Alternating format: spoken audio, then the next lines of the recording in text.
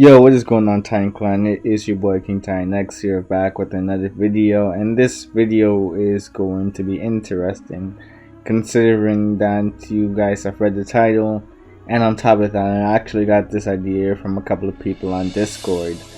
I will leave the links to their social medias in the description below, since they did help with planning out a bit of the story.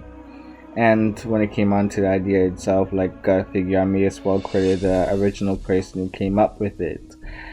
Now, let's get on to the video. Izuku's birth wouldn't have been the most ideal of situations.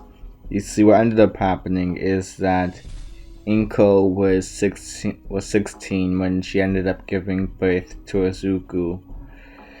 Inko was supposed to be a good child, you could say. One of the good girls in school. She always used to get high grades, and she would usually stay out of trouble. That was until she ended up meeting a boy by the name of Boros. He had one eye and seemingly magenta hair. He looked pretty much like an alien, really, but Inko was strangely infatuated with this boy. He was different from most of the kids at her school. He was incredibly strong for his age. People were really wondering just what kind of kid he was. He would usually get into a lot of fights. With almost all of them, he would end up winning in the very end. He would usually end his fights quite fast as well. He would have made a name for himself within the school. Inko was interested in this individual. He was not only strong, but the way he acted, it was as if he knew that he was superior to most people. He could prove it as well. He wasn't cocky for the sake of being cocky. He was cocky for the sake of the fact that he knew he could genuinely take down as many people as possible. Inko had a feeling that he would become a hero one day, though. She never would have expected for things to turn out like this. She thought that she could maybe change him over the years, lead him in the right direction, onto the right path of becoming a hero. She could genuinely see him becoming one of the best heroes out there. With his quirk, after all, he could genuinely make it into the top 10. He seemingly had a mixture of regeneration and energy projection. She figured that he probably had some sort of energy manipulation kind of quirk, in where he could affect his body as well.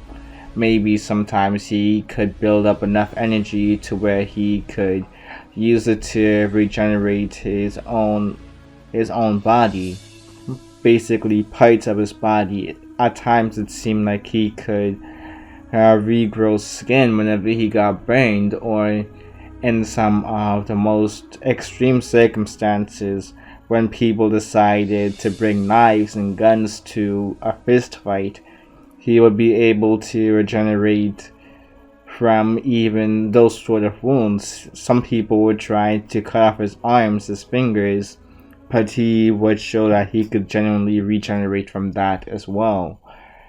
Inko really wanted to get this guy to join the good side, to become a hero, not just any common thug. But unfortunately, things didn't turn out like that. Of course, she would have started talking to this man. This This would result into going steady, you could say. And eventually, Inko would have ended up becoming the mother to Boros' child. Boros wasn't all that interested in the child, though. He wasn't really interested in much at all. All he was concerned about was fighting, becoming stronger, showing that he was superior to the rest. Inko was disheartened to find this out, that even though he had a child on the way, all he was concerned about was fighting. He would eventually even go ghost on Inko. He said he didn't have time to raise a child. He needed to build up his own legacy after all. He needed to show to the world what Boros was really capable of. Inko would have been kicked out of her home by her parents after they found out that she was pregnant. Inko would have been forced to get a job, 2 jobs actually, just to be able to put food on the plate and just to be able to get a roof under her head as well, all while she was pregnant.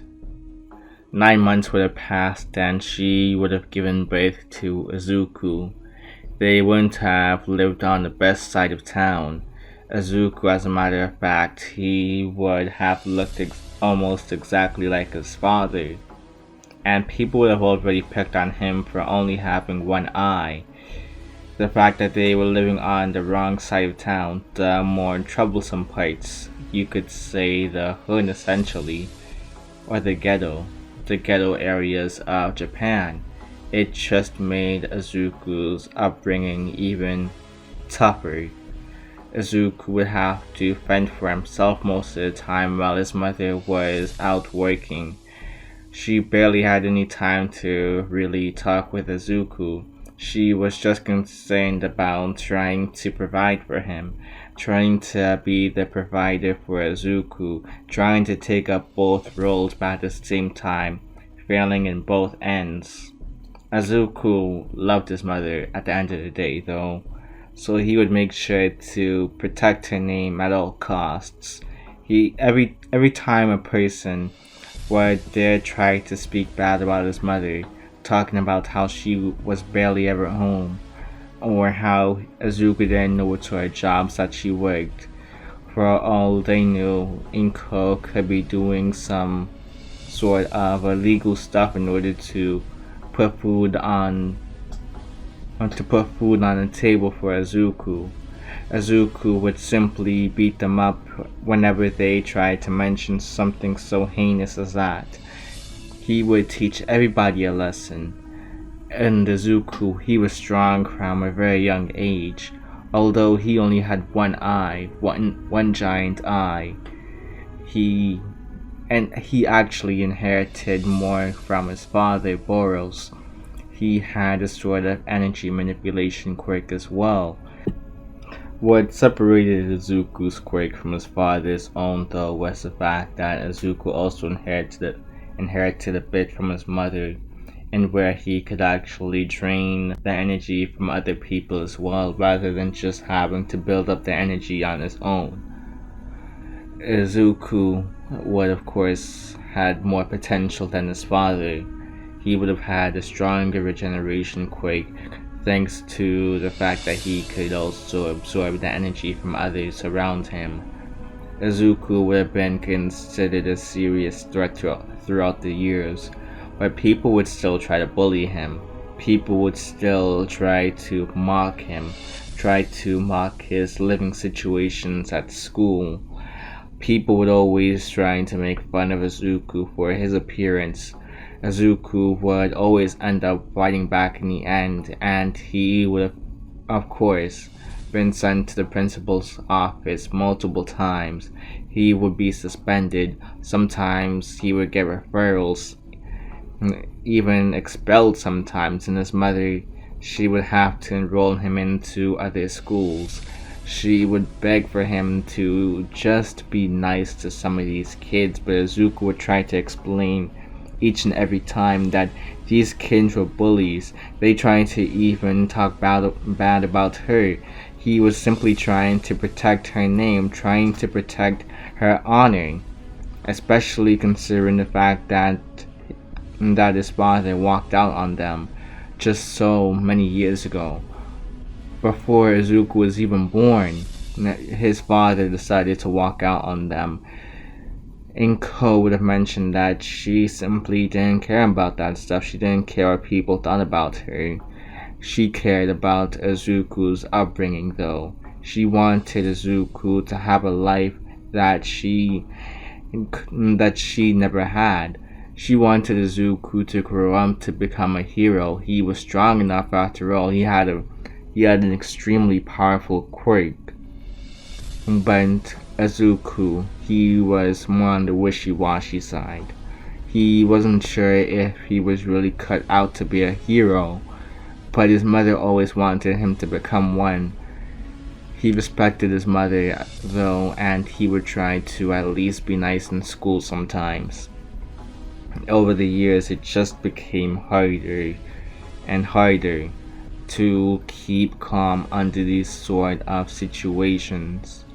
Eventually, Izuku would just lose it. Izuku would simply lose it and go ballistic on some of the kids, putting some of them in the ER for the fact that they kept on messing with him, kept on bullying him, kept on mentioning how his mother should have never brought him into existence, how she was terrible for letting a villain end up knocking her up while she was still a teenager, and how she should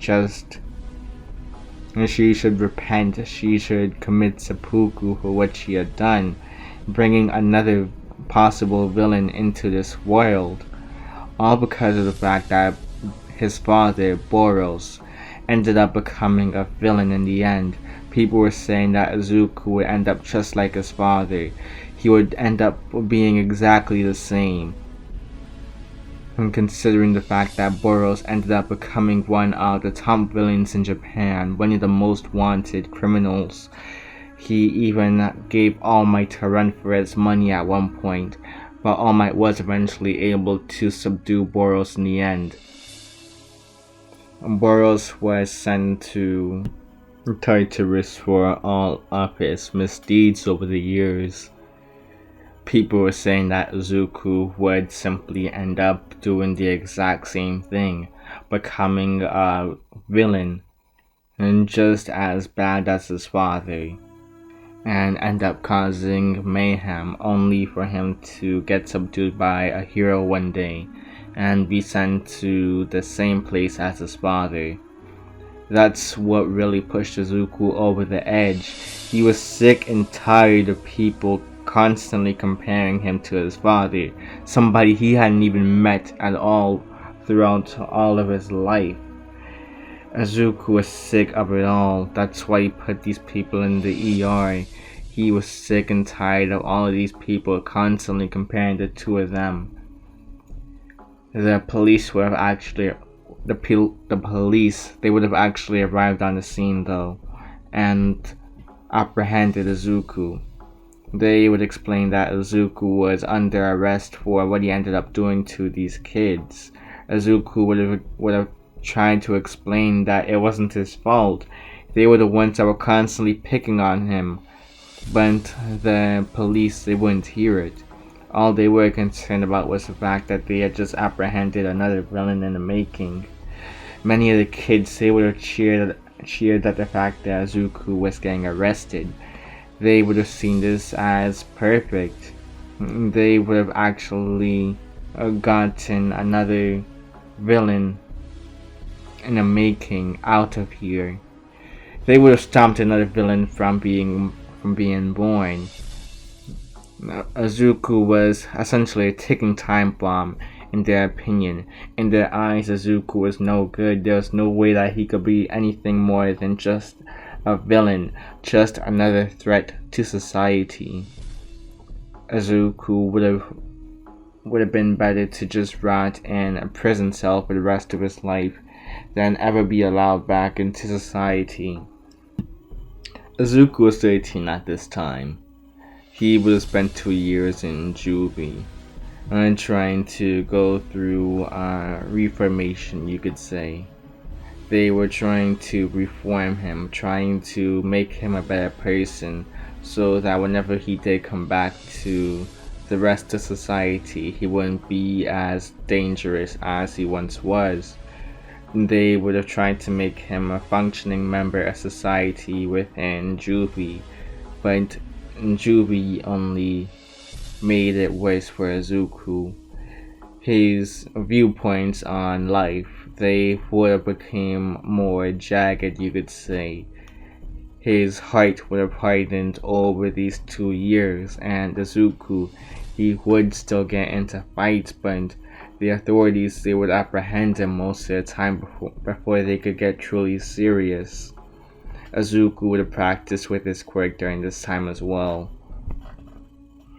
He would have learned new techniques on how to use his energy manipulation, and he would have also tried to work out. He would have tried to build up his body, you could say.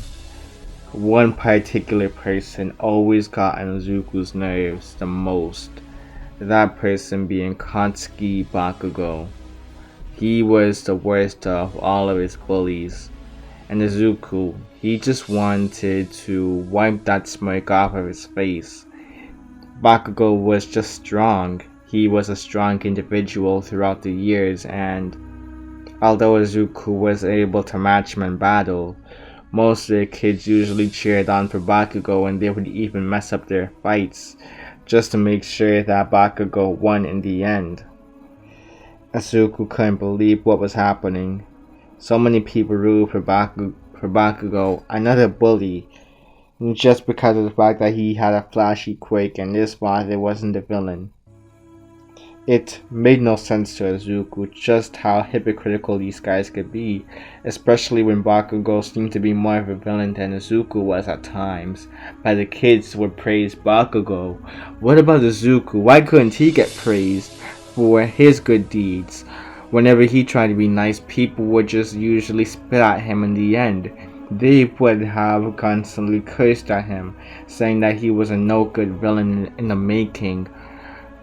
Izuku couldn't help the fact that he was born the son of a villain. That's something he could just never understand. Why would they always put the blame onto him for his father's misdeeds? He did nothing. He was just forced into these situations where he had to toughen up. And in order to toughen up, sure, he had to put some people in the ER, but in Izuku's eyes, they just deserved it. Izuku just wanted to be loved for once by others. Was that so hard to ask? But fine. If the people wanted a villain out of him, then he supposed that a villain was what they would get. When Izuku actually made it out of juvie 2 years later, he would have greeted his mother and given her a hug. She would have been crying, requesting that Izuku just take it easy for right now. But Izuku, he would have been silent on the way home. He would not have spoken a word until he reached home, and he would just say he's sorry. He's sorry for all of the torment that he's put his mother through, but he can't say that he won't stop. He may just end up becoming exactly like his father. Inko would have asked why though? Why did he have to be like his father? Why couldn't he just be a hero? Look, she would try to explain that she managed to do something for Izuku. She set up a sort of meeting with high school, you could say. One pretty bad high school, but a high school nonetheless. This high school was what you could say a pretty rundown high school, really. It was rundown, but it was supposedly a hero high school at the very end of the day. Inko managed to set it up to where Izuku could actually attend there, so long as he also took some after school classes, these classes being about anger issues. Izuku, he would look into his mother's eyes and just sigh, accepting the chance. Izuku would have decided to enlist as part of the school's population, you could say. He would decide to actually become a student at this rundown high school, and although the kids were pretty bad, the teaching was pretty decent, he supposed. He kinda did mess up his life by getting into juvie and going through all of these expulsions over the years, so he really couldn't complain about his current education.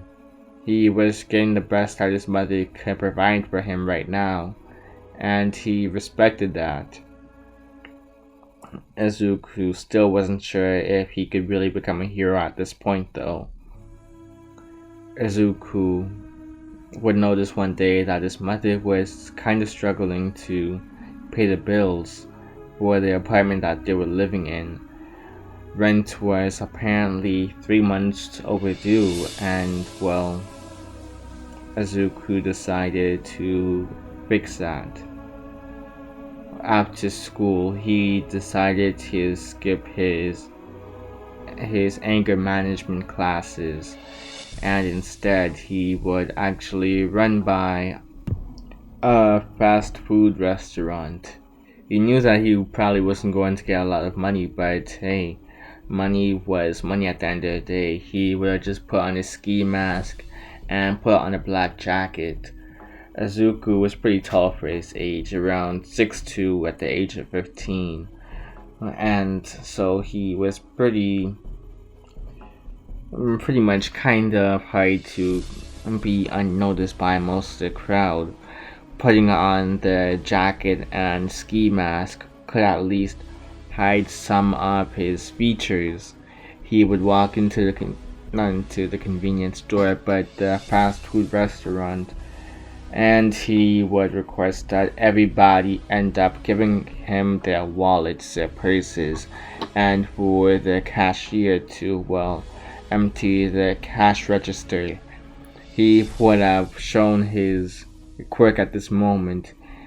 He would have basically done this. He would have let off a large explosion of energy, which would frighten most other people there. Most of them had pretty weak Quirks, so they can't really defend themselves.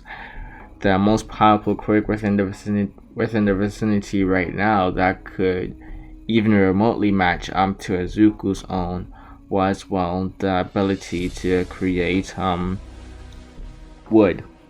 I'm not joking. You know, somebody's Quirk was literally that they could just create items made out of wood. That was the most powerful Quirk there that could actually contend with Izuku's own. Needless to say, everybody was willing to empty their wallets just so that they wouldn't get hurt. Izuku would have collected the money, and he would have quickly made his way out of there. He would make it into one corner while the police were pursuing him. He would actually make it into an alleyway and change costumes, you could say.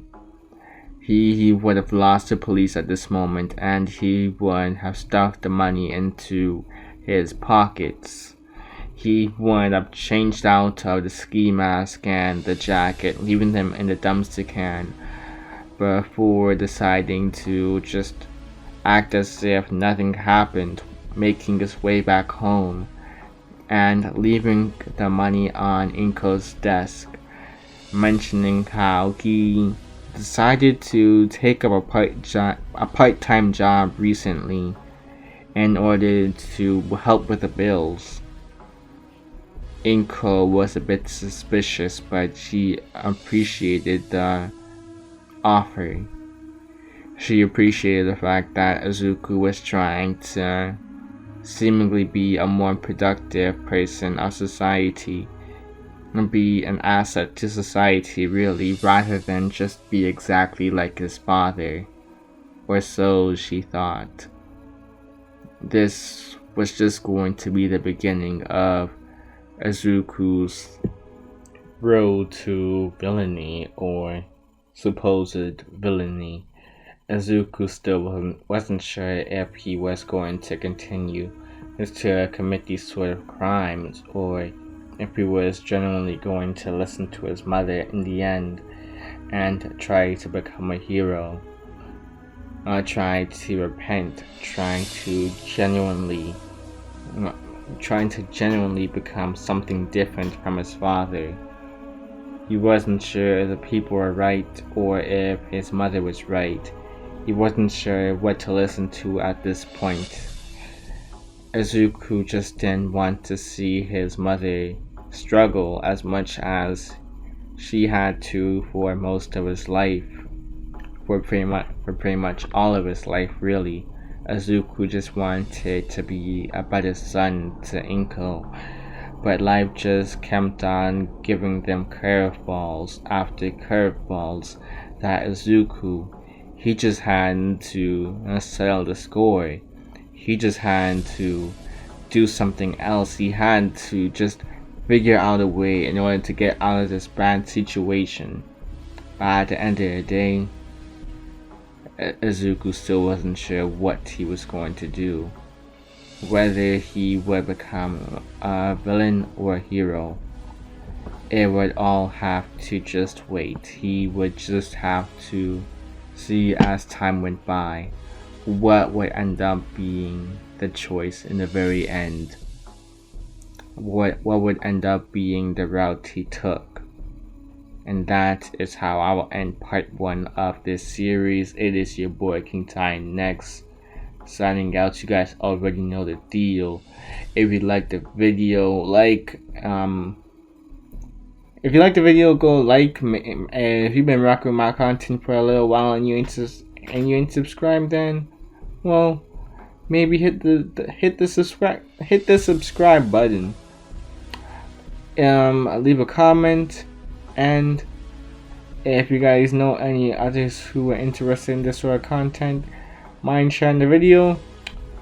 So yeah, it is your boy King Time next, signing out. Peace.